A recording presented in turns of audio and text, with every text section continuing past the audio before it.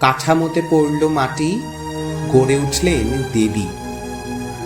চলচ্চিত্রের পটে ঘুরল কত গল্প, সাজের কত সম্ভার, কোথাও পুরনো আবার কোথাও নতুনের আগমন।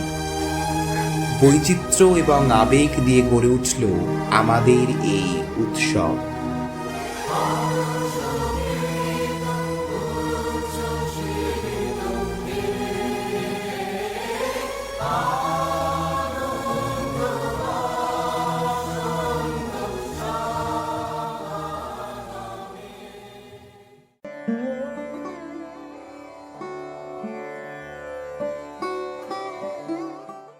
বছর ঘুরে আবার আসছে পুজো, এবং তার আনন্দে বাজারে রাস্তায় মানুষের ভিড়।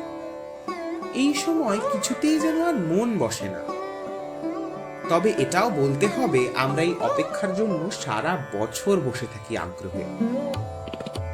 সত্যিই তো, এটা শুধু একটা পুজো নয়, বরং একটি অনুভূতি, যার প্রকৃত উৎস কিন্তু শিল্প দিয়ে। সব শুরু হয় এই কুমোরটুলির কাঠামো বাঁধা দিয়ে। প্রথমে কাঠ কেটে করে নেওয়া হয় একটি আকার, তারপর খড় দিয়ে তার উপর দেহের আকার গড়ে নেওয়া হয়, যেটি খুবই প্রাথমিক। তারপর কাঠের গুঁড়োর সাথে মেশানো হয় মাটি, যা প্রতিমার গড়ে ওঠার এক বিশেষ উপকরণ। এই মাটি মূলত দুই ধরনের, এক কালো মাটি বা এঁটেল মাটি এবং আরেক গঙ্গা মাটি। কাঠামোর আরেক বিশেষ উপকরণ হলো খড় বাঁধা।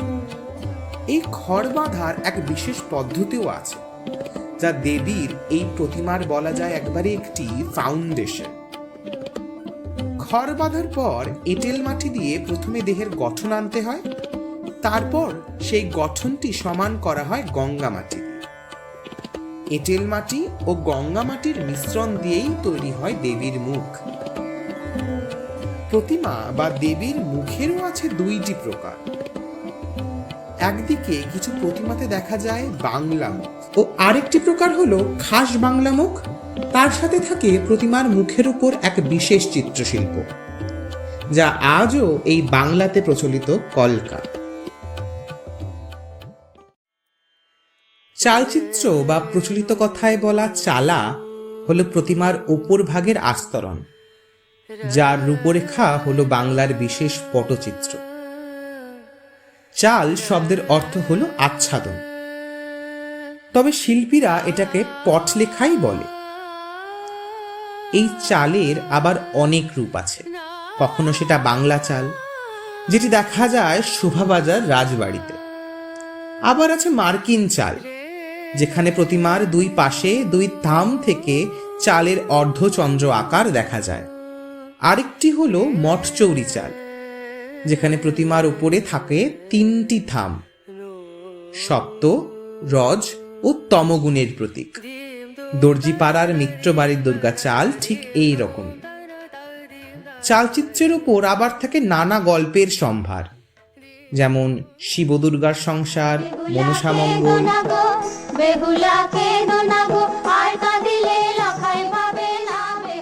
আবার দশমহাবিদ্যা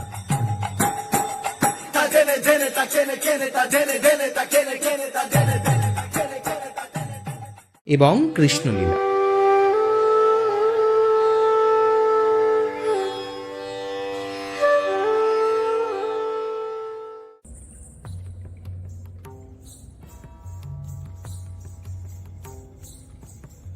সাজ যেন এই শৈল্পিক পুজোর ইতিহাসে আরেকটি পালক।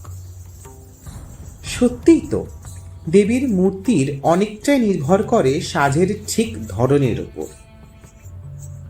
মূলত সাজ হয় দুই ধরনের, ডাকের সাজ ও শোলার সাজ। ডাকের সাজ হলো রূপালী রাংতা বা সোনালী রঙের আস্তরণে করা সাজ। অন্যদিকে শোলার সাজ হলো যেটি এখন প্রায় দেখা যায় প্রতিমাগুলিতে। এই সাজ তৈরি হয় খুব ধৈর্য ধরে শোলা রকমারি ভাবে কেটে। ডাকের সাজের নামে থাকে ডাক। এর আসল কারণ হলো এই সাজের প্রয়োজনীয় রাংটা আসতো ব্রাজিলের পোস্টে করে।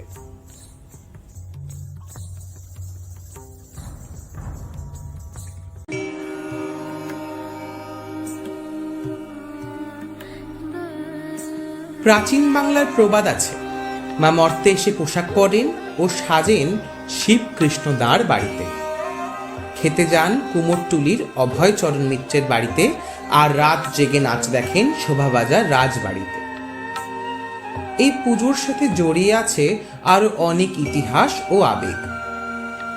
1480 খ্রিস্টাব্দে রাজশাহী জেলার তাহিরপুরের রাজা কংসনারায়ণ এই পুজো আরম্ভ করেন। রাজা কংসনারায়ণ ছিলেন মনুসংহিতার টিকাকার কুল্লুক ভট্টের পুত্র। দুর্গাপূজার রীতি, মন্ত্র ও সামগ্রিক নির্মাণ করেন কংসনারায়ণের কুলপুরোহিত রমেশ শাস্ত্রী। রাজা কংসনারায়ণ এই দুর্গাপুজো উপলক্ষে রাজকোষ থেকে তৎকালীন 3 লক্ষ টাকা খরচ করেছিলেন।